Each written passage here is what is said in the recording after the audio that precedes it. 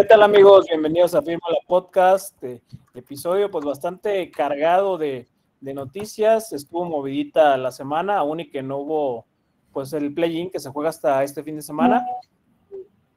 Aloisio, Ángel, ¿cómo están? Pues bueno, traemos aquí unos temas un poquito calientitos para debatirlos el día de hoy. Y bueno, empezando pues nada menos que con el América, que tiene pues unas buenas y unas un poquito no tan buenas. Se dieron las fechas tentativas para el partido del repechaje, este famoso contra el LAFC, que está en la tablita, si se va a jugar o no. Dijeron, Aloisio, corrígeme, 21 y 28 de mayo como posibles fechas tentativas, que sería antes o después de la final. ¿Valdría esto la pena, sobre todo si es la del 21? ¿Arriesgarías ahí toda la cuestión del posible tetracampeonato del América? Bueno, antes que nada, hola muchachos, ¿cómo están? Los saludo desde acá. Creo que la situación va a ser determinada por el rival que te encuentres. Seguramente, pues todo indica que podría ser Cruz Azul, el rival de la semifinal. Si ambos obviamente superan su duelo de cuartos de final, pero pues no sé, creo que el América tiene no al mejor plantel de la liga y no el plantel que tenía hace un par de torneos, pero aún así les debería alcanzar para, con un mix entre juveniles y veteranos, por ahí pelear el boleto al Mundial de Clubes, aunque no creo que se meta en el pie la FIFA de esa manera. O sea, digo, yo creo que la FIFA está esperando a tener bien claras las fechas de la liguilla del fútbol mexicano para entonces decidir, y seguramente yo estaría apostando a que lo mandan al 28, que sería como el miércoles después de la final. Y si la final la ponen el sábado, bueno, ya son 3 días aproximadamente para recuperar a tus mejores jugadores, para recuperar a tus mejores piezas, y digo, tampoco es terrible. Entonces, yo diría que sería la opción más inteligente y sensata para ambas, para todas las partes, porque tampoco a FIFA le conviene que América vaya con juveniles. A la LAFC no le conviene enfrentar a una América con juveniles y que les terminen ganando.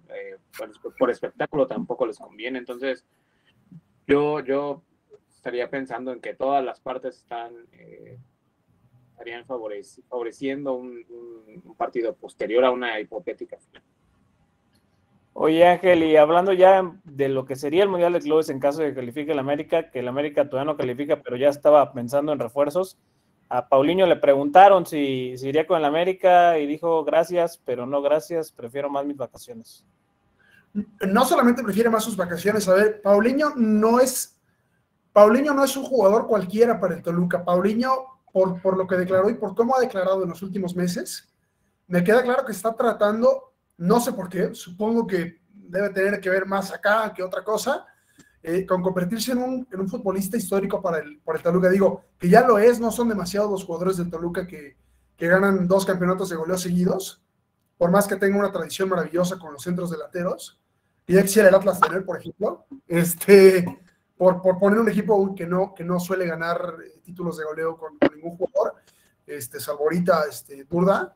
Pero lo de Paulinho me parece normal, me parece además importante por el tema de la rivalidad América-Toluca, que si bien estamos a años luz de que sea un clásico, el clásico de la Marquesa, o no sé cómo le podrían poner, o el del tren, o veto a saber de qué, si hay una rivalidad evidente entre América y el Toluca, cuando menos desde hace 25 años, desde hace un rato, desde que Cardoso empezó a jugar, a festejarle los goles al América de manera jocosa o de manera más, pues más divertida. Entonces, yo creo que Paulinho sabe con qué afición está tratando, sabe lo que representa el Toluca, y no me sorprende lo que ha declarado, porque además lo normal es que hoy el Toluca lo traten de distraer con cualquier cosa. El Toluca es el gran favorito para ganar el título, no solamente por lo que hizo Paulinho, lo comentábamos ayer, por lo que hizo Alexis Vega.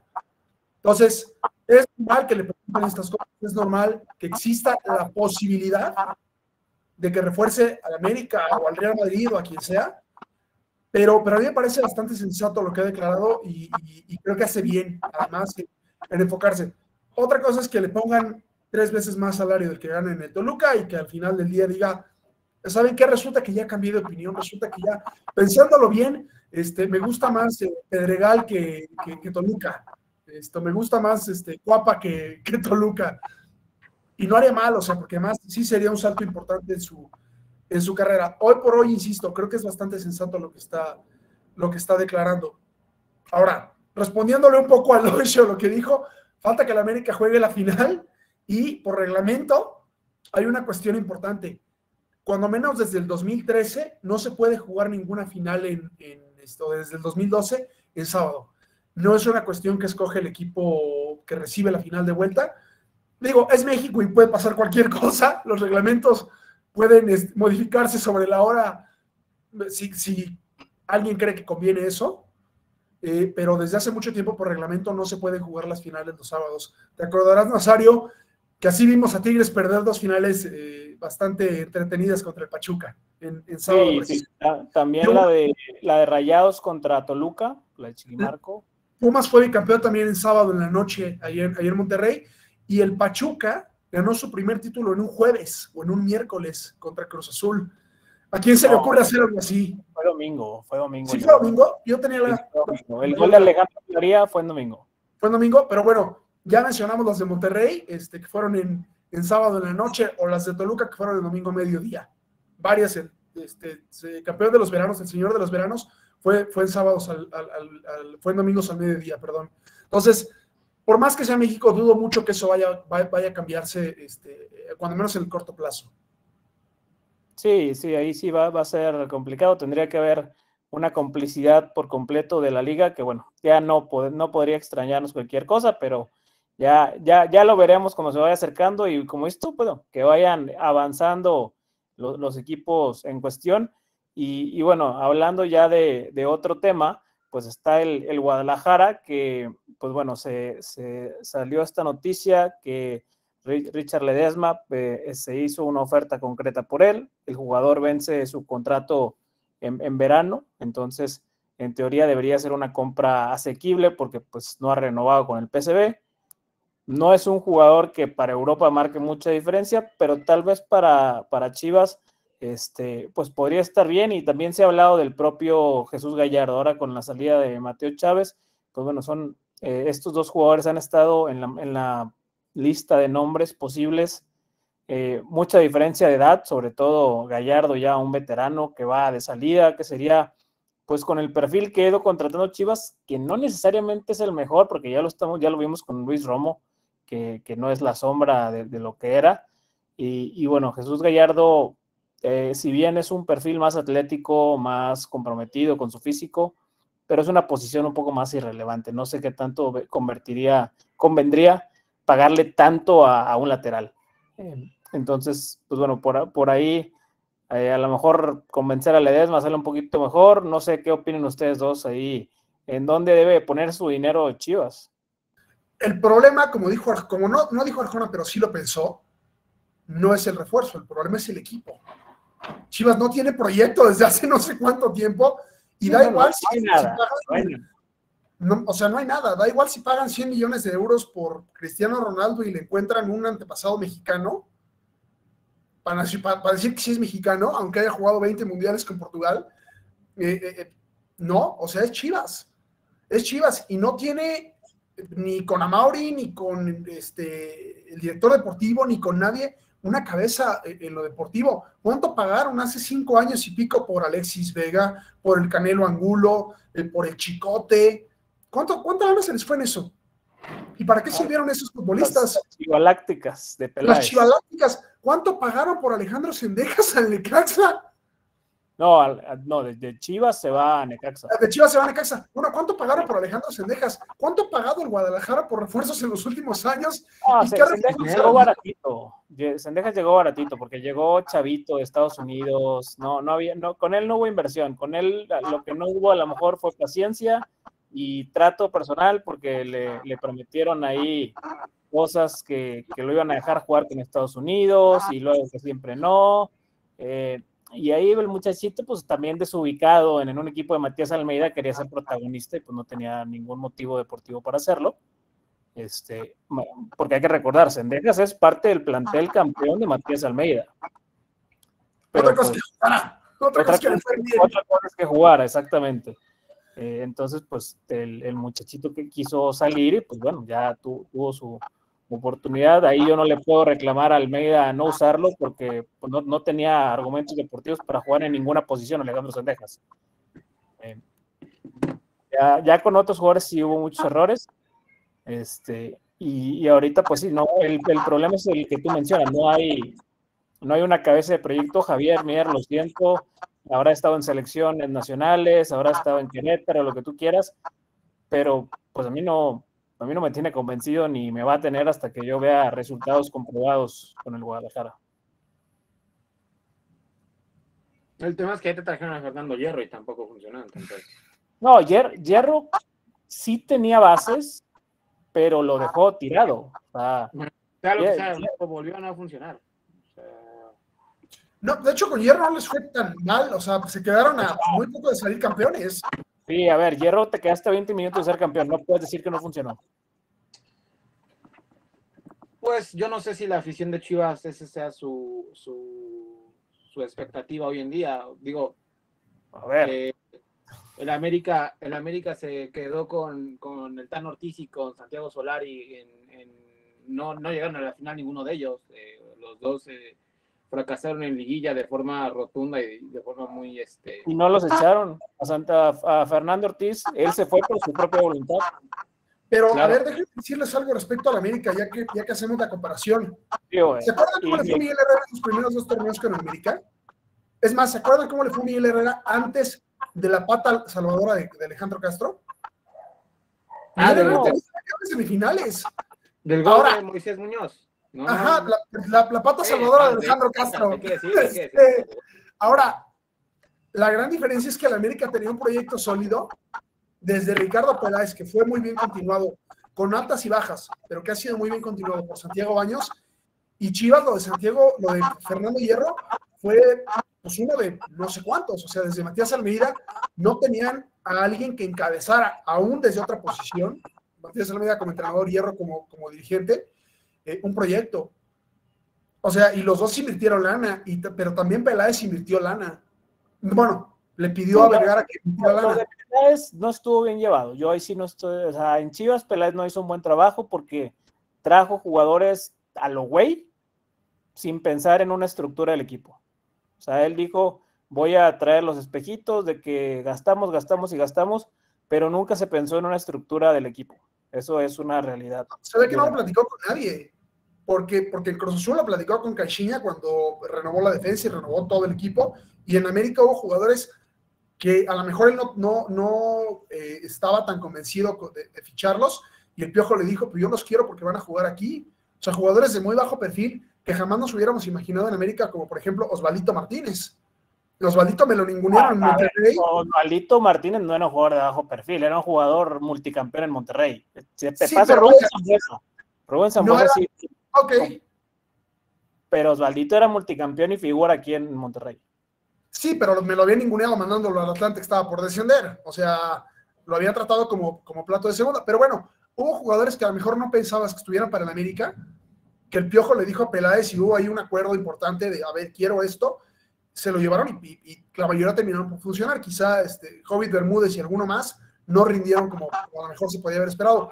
Pero lo que voy con Chivas es que Chivas es atínale al director deportivo, métele una lana, atínale o medio atínale al entrenador y a ver si te sale. Es que hoy por hoy, no. O sea, vino, sí. Perdóname Ángel, vino Hierro y usted y Nazario dice, bueno, se llegó a una semifinal, no puedes no a una semifinal. A una final donde la regaste porque donde en Hierro no puede decir que él tuvo la culpa porque Veljko Paunovic metió a Pavel Pérez faltando 20 minutos de que se acabara el partido con 2 goles de ventaja. Sí, pero no puedes culpar un resultado por un cambio de un jugador, o sea, hay que asumir. Pues claro que se puede, y Giovanni Dos Santos te lo puede decir en el Mundial de 2014, cuando el viejo Herrera lo saca de la cancha contra Holanda. Está haciendo cherry picking, no es una situación de cada uno de los partidos en los que un solo cambio influya. O sea, a lo que voy yo es que no puede responsabilizar a Pavel Pérez y a Veljko Paunovic de que Chivas no haya sido campeón. Chivas tiene problemas mucho más profundos, por los que obviamente el último eslabón de esa cadena fue ese cambio y esa decisión de Veljko Paunovic que derivó en que no fueron campeones. Pero ¿qué pasaba si Chivas iba ganando el partido 3-0? ¿O qué pasaba si Chivas iba ganando por más diferencia de goles? Hacen el cambio y no pasa nada. Una final de local, Aloisio, por más que me quieras, o sea, no es... Por eso, o sea, está bien, estoy de acuerdo contigo que fue un error, o sea, estoy de acuerdo contigo que Paunovic la regó, que entregó el partido, que Pavel Pérez fue un desastre en Chivas, y hoy le está rompiendo en Necaxa, estoy de acuerdo contigo, y créeme, lo sé porque veo el desastre que es Chivas. A lo que voy yo es que no, yo no calificaría como que el proyecto de Fernando Hierro fue un éxito o que no fue. No, es que no estamos diciendo que fue un éxito, pero iba en un buen rumbo y se decidió. Se quedó en lo mismo. Se quedó tirado porque llegó un club árabe que tiene un tal Cristiano Ronaldo a poner una cantidad de dinero que Fernando Hierro nunca más va a volver a ver en su vida. Te voy a decir algo, acá hay un tema con Chivas importante, no sé, yo trato de hacer memoria pensando en cuándo sí funcionó Chivas, y no tiene tanto que ver con una final, o con una semifinal, o con un cambio, o con una situación. O sea, el proyecto más exitoso de Chivas no tuvo ningún título, y es el de Hans Westerhoff. A eso iba, nada más que con Hans Westerhoff, aunque sí había cambios de entrenadores cada vez que Jorge Vergara le dolía la cabeza. No, pero Hans Westerhoff dirigió casi 10 años. Sí, pero ahí está. A lo que voy es que Chivas ahí estaba, y había gente de fuerzas básicas, y se escogía bien a los refuerzos. Que Rafa Medina fallara un penalti, bueno, ya está, lo falló, pero Chivas ahí estaba, era pim, pim, pim. Es a lo que voy, es que es justamente acá fue a ver si le atino, y a ver si me sale, y a ver si me funciona, y estuvo muy cerca de funcionarle como un título, pero a ver, con Matías Almeida fue exactamente lo mismo. Matías Almeida ganó 5 títulos, entrenador más exitoso en no sé cuántos años en Chivas, pero no había proyecto detrás de eso. Fue mucha lana. Ahí le atinaste a todos los refuerzos, le atinaste a Rodolfo Pizarro, le atinaste a Pulido, le atinaste a Jair Pereira, le atinaste a Laris Hernández, al Gallito, trajiste a Salcido de regreso, le picaste a todos los botones y te salió como si fuera juego de Nintendo. Sí, claro, pero quedó en eso porque al final de cuentas se va Matías Almeida, llega Cardoso y el Mundial de Clubes fue un verdadero desastre. Entonces, en la etapa anterior de la que hablamos con Hans Westerhoff, te lo dirigía al Yayo, te lo dirigía al Travieso Guzmán, te lo dirigía al Checo, te lo dirigía al técnico que lo agarrara, había una estructura detrás que lo respaldaba, que sabía que a lo mejor te iba a traer a 1 o 2 refuerzos. Pero bueno, compara el plantel. Estamos hablando de un plantel que tenía a Osvaldo Sánchez, a Salvador Carmona, a Diego Martínez, a Almaza Rodríguez, a Salcido, a Ramón Morales, a Manuel Sol, tenía al mismo Venado Medina, Rafa Medina, Omar Bravo, el Bofo Bautista, eran 6 jugadores de la selección. Y eran, no, pero además, no solamente fueron jugadores de selección durante mucho tiempo, fue una base más o menos parecida con cambios, de repente se te iba Osvaldo, de repente se te iba el Bofo, de repente se te iba Bravo, pero fue una base que llevó a Chivas de estar ahí medio coqueteando con el descenso cuando los agarra Vergara en el 2002, posterior a la época del Cabezón Ruggeri, que fue otro que medio latinó en su primer torneo, y que termina justo, y que termina en el 2011-2012, pero que los lleva a una semifinal, a una final de Copa Libertadores, con una base más o menos similar, el Venado, el Magallón, o sea, puedes mencionar cambios, pero son cambios que además se van dando de forma paulatina. Acá, o sea, fueron como 10 años de Chivas que estaba ahí, que sabías que a lo mejor un torneo no te iba a clasificar a la liguilla. Sí, ese proceso que mencionas fue 2004-2010. Y fue... Que fue que 2010 es esa final contra el Inter de Porto Alegre. Pero aún así después, 1 o 2 años después, son líderes generales. O sea, realmente Chivas ahí, pim. Fue el torneo que... Apertura 2012, cuando Tigres sale campeón. A Chivas lo elimina Querétaro. Lo elimina Querétaro de Liborio. el Querétaro de Liborio, de Marquito Jiménez, y no me acuerdo algún otro más. Pero Chivas, a lo que me refiero es que Chivas estaba ahí. Y sabías que Chivas era contendiente natural. Hoy, para que Chivas sea contendiente natural, a ser protagonista, estar en una semifinal, es que le tienes que, lo que acabas de decir, tienes que apachurrar todos los botones y ver si te sale como el burro que tocó la flauta. O sea, no. Es que no, voy a lo mismo. No es como lo que pasa con si América vemos, Azul. Si vemos es lo que no va a pasó ser de un es torneo a igual, otro, o sea, no va a ser en 6 meses el cambio. O sea, la es gente que por tiene eso, eso es a lo que yo me refiero con que el hecho de haber llegado a la final con Tigres no significa que el proyecto haya sido un éxito o un fracaso. Al final del día no hubo título y creo que los proyectos se miden por eso, por títulos. No, pero yo no diría que igual forma cortas el fracasó en por lo que Chivas tú quieras, tener un o sea, título. cortas el proceso por lo que tú quieras, porque vino Lionel Messi y se llevó de los pelos a Fernando Hierro y bajó Maradona de Argentina y se llevó a Fernando Hierro de los pelos también. A lo que voy yo es que el proyecto que hoy tiene el América tricampeón del fútbol mexicano no se creó con la llegada de André Jardine. André Jardine fue la 16ª opción que tenía el equipo como entrenador. Llegó un entrenador que asumió el reto y que lo asumió con mucha ilusión y que no llegó tratando de imponer un estilo, no trató de... Llegó con mucha humildad, creo que eso fue la clave para André Jardine. Y a lo que voy yo con esto es que muchos americanistas veíamos que las eliminatorias en liguilla eran muy crueles, porque eran muy a veces injustas, tanto con Fernando Ortiz como con Santiago Solari. Y muchos de los jugadores, tanto del Tano como de Solari, hoy en día son parte clave del tricampeón. Entonces, a lo que voy yo es que ni el América era un fracaso cuando se quedó, era un fracaso, pero lo que voy es que ni era el peor equipo del mundo el América cuando no llegó en esos entonces al título, ni ahora que son tricampeones, podemos decir que el proyecto es perfecto, porque ya lo dijimos, tuvieron errores en el pasado mercado de invierno en no haber reforzado el equipo. Lo que yo quiero llegar con esto es que Chivas necesita un proyecto al que le den paciencia y al que le den estabilidad y al que le den compromiso. Yo no sé si a Chivas hoy en día le conviene convertirse en un club formador y vendedor. Tratar de abandonar un poco porque no vas a ser campeón el día de mañana ni el próximo torneo. No vas a ser campeón mañana, pero, o sea, tienes que tener un proyecto con paciencia, sí, pero con el personal adecuado. Si traes a Sergio Bueno y le das 2 años, pues no va a servir tener a Sergio Bueno 2 años. O sea, todavía existe Sergio Bueno. O sea, tenemos que también poner ese balance de que está bien la parte de la paciencia que es necesaria, del desarrollo del plantel, pero tiene que ser con el personal adecuado para potenciarlo, porque bueno, devuelves al Chepo de la Torre otra vez y sale la era de los dinosaurios y le das 2 años y no vas a ir a ningún lado de todos modos. Te voy a decir algo, ¿sabes qué? Les voy a decir algo, ¿saben qué me parece?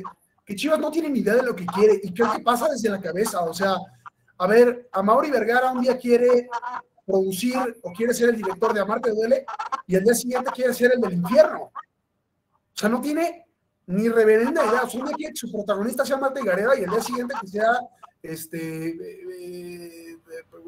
protagonista del infierno. O sea, se me fue. Amaury, no, él le cae por herencia el equipo. Él no estaba interesado en el equipo. Él era un director de cine, aspirante a director de cine, porque ni siquiera era director.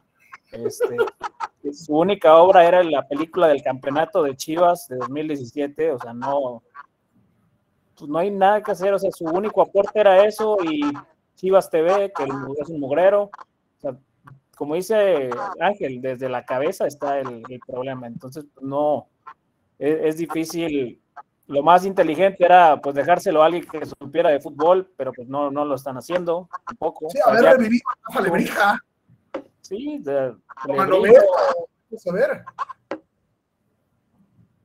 Sí, tráete al mismo Arturo Elías otra vez ahí con el patronato de Pumas, o sea,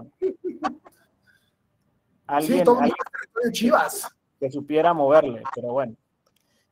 Luego haremos un especial pateando las Chivas de todos colores y sabores hasta que ya no se pueda levantar, porque bueno, la verdad que hay 2 juveniles de México que están pues poniendo el nombre en alto y siendo seguidos desde Europa, que son Iker Fimbres y Elías Montiel.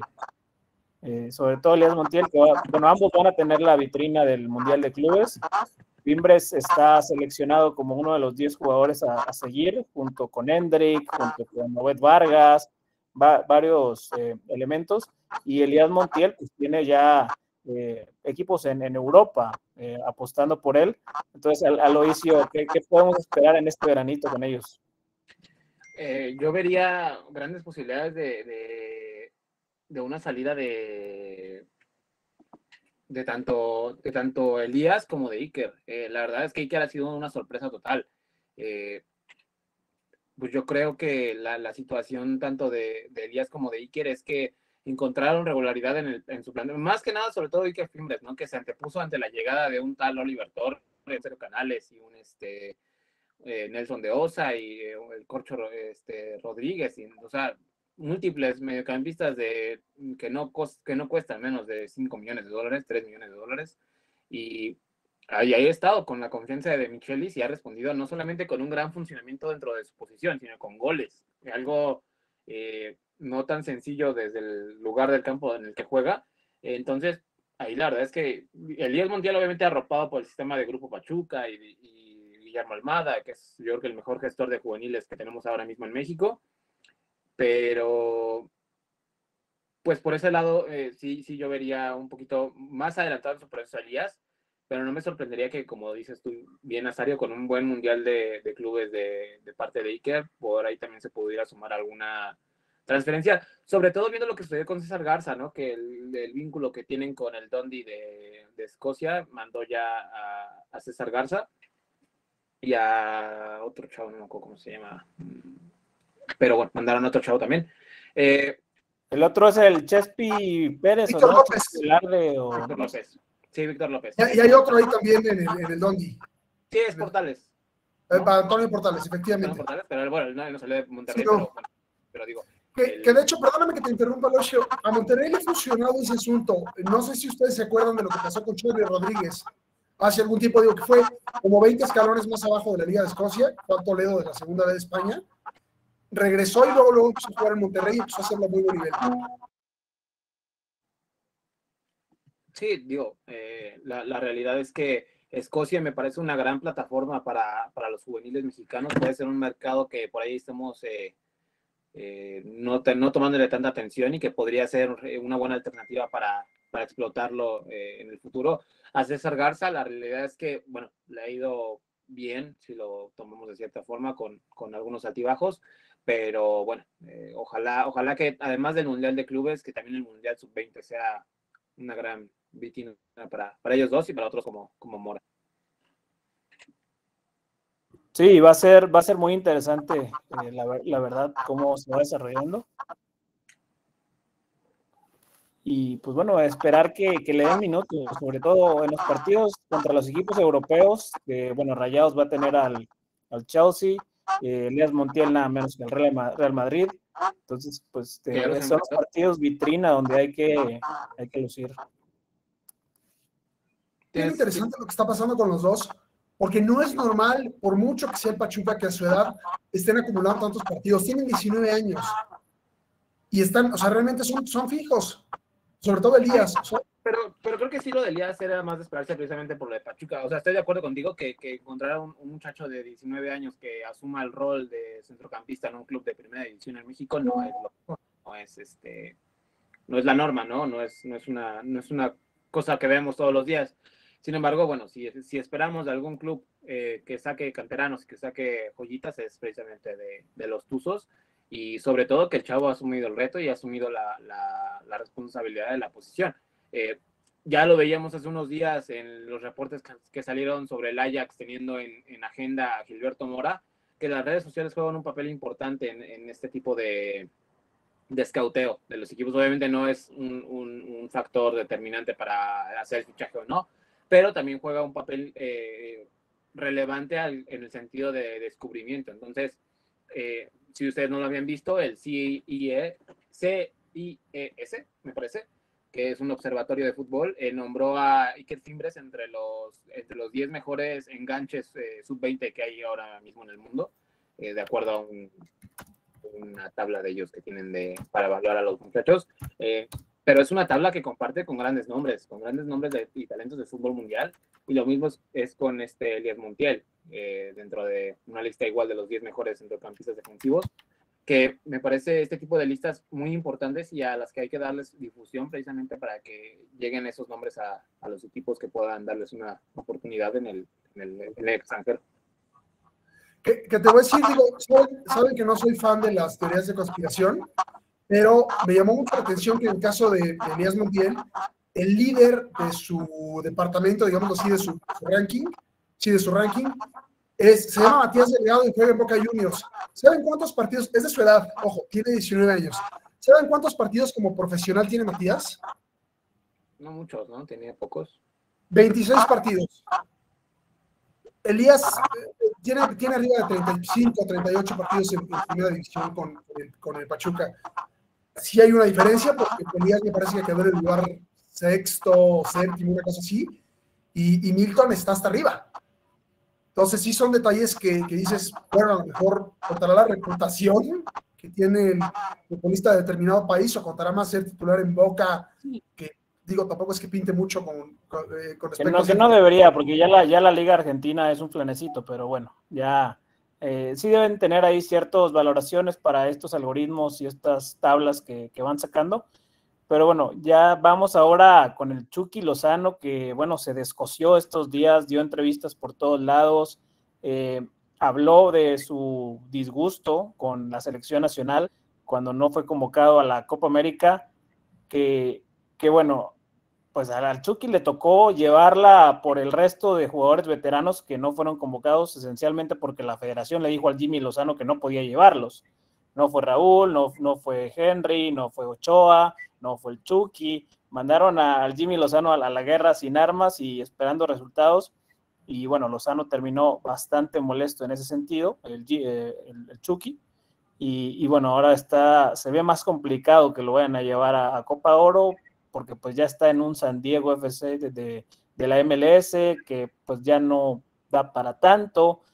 Él se postuló para reforzar a Pachuca en el Mundial de Clubes, pero pues teniendo a John Kennedy y a Salomón Rondón y a Usama Idrisi, pues como que no hace falta el Chucky. Y menos con lo que trae en la cabecita, ¿eh? O sea, sí, no es la primera vez que se le ve encima a Jimmy y a la federación por no convocarlo. Fácil debe ser la segunda o tercera entrevista que da al respecto, donde le pican tantito y se le sale todo. Y sí me parece que hay algo arribita que no está razonando como tiene que razonar. Entiendo la molestia, me parece legítima, como podría ser legítima la molestia de quien no fue a la Copa América de 2011 o a la de 2015, que son torneos donde ahí sí fue la CONCACAF la que obligó a los técnicos mexicanos, en este caso Luis Fernando Tena y Miguel Herrera, respectivamente, a llevar planteles alternativos o sub-20 y pico. Entiendo la molestia del Chucky, pero venga, tampoco es que el Chucky fuera tan determinante en la selección en los últimos años. O sea, no le voy a quitar el menor mérito a su gol a Alemania, porque hay que tener la cabecita bien amueblada en ese momento para poderlo hacer. Pero francamente, lleva rato siendo un jugador que en selección mexicana no pasa nada con él. A ver, 2 goles en 10 partidos, en los últimos 10 partidos. Pero además, un gol y una asistencia en su último. Gol, o sea, creo que eso es muy frío, pero ahora sí que va a parecer anuncio lo que voy a decir, casi tan frío como que haya sido uno de los jugadores llamados a ser referentes de México en la Copa del Mundo de Qatar 2022, a la que él llega ya como un jugador hecho, ya no como una promesa de ver si funcionó, ya con rato en Europa, 5 años, si no me falla la cuenta, 5 años y medio en el fútbol europeo, y no pasó nada con él en el Mundial de Qatar. El Tata, que su pareja adelante, Henry Martín y Alexis Vega, tampoco anduvieron muy bien. Lo que ustedes me quieran decir, lo entiendo, lo acepto, lo valoro. Pero era el Mundial del Chucky. Que si el Tecatito estuvo lesionado y no tenía con quién asociarse, cualquier cosa la puedo aceptar. Pero era el Mundial de Chucky. Y no pesó. Pero yo creo que eso le jugó en contra a su... O sea, se quiso hacer de más. O sea, quiso ser el héroe muchos tiempos en muchos torneos de la selección. Lo veíamos acelerado, queriendo hacer siempre la jugada grande, sin confiar en sus compañeros, tal vez. Porque a mí esa es la impresión que me ha dado el Chucky desde hace muchos años en la selección. que siente a lo mejor que los que están alrededor de él no tienen esa calidad igual a la de él. Entonces, desde que le dan el balón en segundo tercio de cancha, se quiere quitar a 5 y quiere meter el gol desde fuera del área. A mí esa es la impresión, y eso también le ha derivado en lesiones medio atarantadas, como esa que casi pierde un ojo en la Copa Oro y que lo dejaron noqueado en otra Copa Oro. O sea, porque a ver, el Chucky nunca ha jugado a la Copa América, también por eso se enchiló tanto. Sí, pero dale. No, quería nada más corregir que son 2 goles y una asistencia. Uno de los goles que consiguió lo hizo en Nations League, en un partido contra Jamaica, y los otros 2 son goles de asistencia en partidos amistosos. No anotó en la final de la Nations League, en ninguna de las 2 que disputó. No, pues hay que remontarnos casi hasta el amistoso con Bélgica, ¿no? O sea, una cosa así muy loca. Sí, no, es realmente grave lo que pasa con el Chucky Lozano. Pero a ver, es que eso lo entendería si el chavo tuviera 21 o 22 años y el técnico fuera el Piojo Herrera. O sea, eso entenderías ese nivel de madurez por la experiencia, por el bagaje, por lo que ha visto, por lo que ha escuchado, por el entorno y demás, en ese punto de su carrera. Hoy, con 29 años, con todo lo que ha pasado, con todos los entrenadores que lo dirigieron antes, híjole, yo no lo termino por entender. O sea, sí me parece que, bueno, algo anda mal en su tatema, algo no le está subiendo el oxígeno a la cabeza, porque lo que comentas, Nazario, a ver, saberte con mayor calidad que el resto no implica que tengas que llevarte a todo el mundo o que comerte Maradona con papas y el refresco. Haz mejores a los que tienes alrededor. Si eres tan bueno, deberías poder hacer eso, deberías poder hacer que tiraras al área un centro y que el cono que pusiste ahí, literalmente, el poste que pusiste ahí, te meta un gol con la pantorrilla. O sea, a ver, demuéstramelo. Y el Chucky lleva muchísimo rato sin demostrarlo y justo queriendo hacer lo que comentas, Nazario. Y ahí es donde, digo, no es que los entrenadores que han pasado por la selección sean muy buenos que digamos, pero hay algo en su entorno, hay algo a su alrededor que no lo deja hacerlo. Y en Europa le pasó también con el PSV y con el Napoli, que de repente, además, perdió el control de una manera muy absurda porque se expulsaron en jugadas en las que, hombre, no es que estés jugando a ser Luis Suárez contra Ghana en el Mundial de Sudáfrica, que te expulsen por meter la mano en la línea de gol, o sea, te expulsan por tirar una patada en una zona intrascendente. No es que hayas correteado a Usain Bolt y te le has tenido que barrer por atrás porque si no, no lo alcanzabas, o sea, y porque si ibas solo contra el arco. Yo estoy totalmente de acuerdo contigo, o sea, creo que el tema mental sí es un factor que él ha jugado muy en contra. Yo muchos años defendía al Chucky porque realmente me pareció un ejemplo y lo que estaba haciendo en Europa me parecía muy destacado. Yo siempre lo defendí porque creo que desde hace unos años la opinión pública que se tiene sobre el Chucky también favorecido por la toxicidad que existe alrededor de la selección mexicana, pero en específico los ataques contra Chucky eran esos, ¿no? Que era un agrandado, que quería jugar solo, que quería hacer todo él, que quería cobrar tiros de esquina, tiros libres, penales, quería hacerlo todo él. Y yo trataba como de entenderlo, ¿no? Y decir, bueno, pues está brillando en Napoli, el PSV es ídolo, no está jugando en cualquier lado, pero sí me parece que de unos años para acá la cuestión con el Chucky ha cambiado. Ya como nos decía Nazario, no es la primera vez que se habla de problemas extra cancha con directivos mexicanos, sobre todo con selección mexicana. Se habla de ahí de que se quejaba de que que no lo mandaban en primera clase, se quejaba de ciertas cosas extra cancha, sobre todo con selección mexicana. Entonces, pues sí, no me parece a mí que Chucky tenga ese factor diferencial que, por ejemplo, hoy en día está teniendo Raúl Jiménez, como para hacer exigencias de trato y exigencias de prioridad a un entorno que está totalmente inestable, porque recordemos cuántos entrenadores ha pasado Chucky, ¿no? O cuántas versiones de Chucky hemos visto con entrenadores distintos en estos años con la selección mexicana, ¿no? Uno totalmente con Gerardo Martino y otro totalmente con otros. Entonces, y que a ver, a lo mejor esa posición del Chucky o ese aporte que podría dar es lo que le puso a hacer Javier Aguirre a Roberto Alvarado contra Canadá. Es ese Chucky de Napoli que era más defensivo, que Gattuso lo hizo aprender a defender y que pues si lo tuviéramos en esa versión, pues nos serviría ahorita, pero el Chucky del San Diego, que en el propio San Diego, el buen Manu, que está aquí con nosotros por lo regular, tiene su área de expertise ahí y cubre mucho a San Diego, ha visto cómo es esta misma versión del Chucky, que quiere ser la estrella inmediata y ganar todo él solo. Entonces no trae ese chip para aportar ahorita. Que de hecho con Gattuso tampoco es que fuera bien sobre hojuelas el asunto, ¿eh? O sea, con Gattuso también tuvo sus más y sus menos. ¿Alguien tiene el teléfono de Juan Carlos Osorio a la mano? Digo, porque tal parece que es el único entrenador con el que realmente ha rendido, o sea, con Osorio, al menos en selección mexicana, es el único que le encontró la tecla. El profe Osorio le sabía tener contentos a todos, eso sí, mis respetos en ese sentido. Era un vestidor bastante complicadito y se los ganó a todos y los convenció a todos de morirse con él. Entonces hay que hablarle a él para que sea el entrenador personal del Chucky y a ver si con él el Chucky sí entra en razón, porque además, para las pulgas de Javier Aguirre, si ya corrió completamente, le dijo que muchas gracias, pero que él lo llama después a Henry Martin, a ver, o sea, sí, no creo que le guste mucho lo que está escuchando.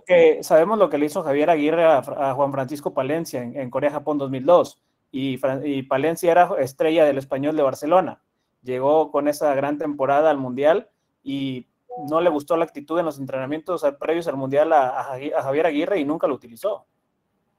Sí, no le dio minutos basura, igual que lo hizo en su momento Lapuente en el Mundial de Francia, que estaba justificado porque era un chavalillo de 25 años, alguien que vivía su primera Copa del Mundo.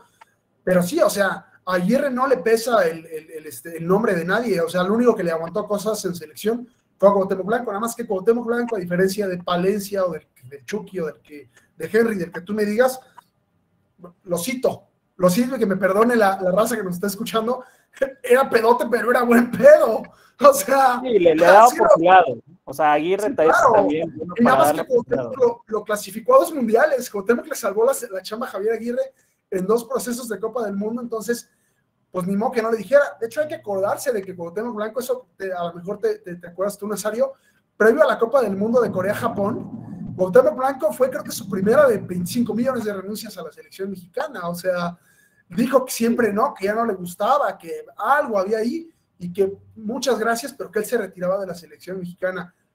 ¿Cómo le hizo Aguirre? ¿Cuánto del vicio le tuvo que haber dado a Cuauhtémoc para aliviarlo? Por eso es el Divo de Pepito, el Cuau. Ya, ¿sí? ya le podemos hacer ahí. A lo mejor no tuvo tanto palmarés y pues fue nada más en área de CONCACAF donde nos dio unos muy buenos resultados. Pero bueno, ya luego también le podemos hacer un especial aquí al buen Cuau para ya cerrar con este programa. Vamos a tener luego también la emisión de la previa del play-in con 2 partidos bastante interesantes, pero se puso calientito aquí el tema. Vamos a tener que estar dándole más vuelo a esto. Ángel, muchas gracias, Aloisio también, y bueno, no queda más que seguir firmándola. Muchas gracias, muchachos. Bien.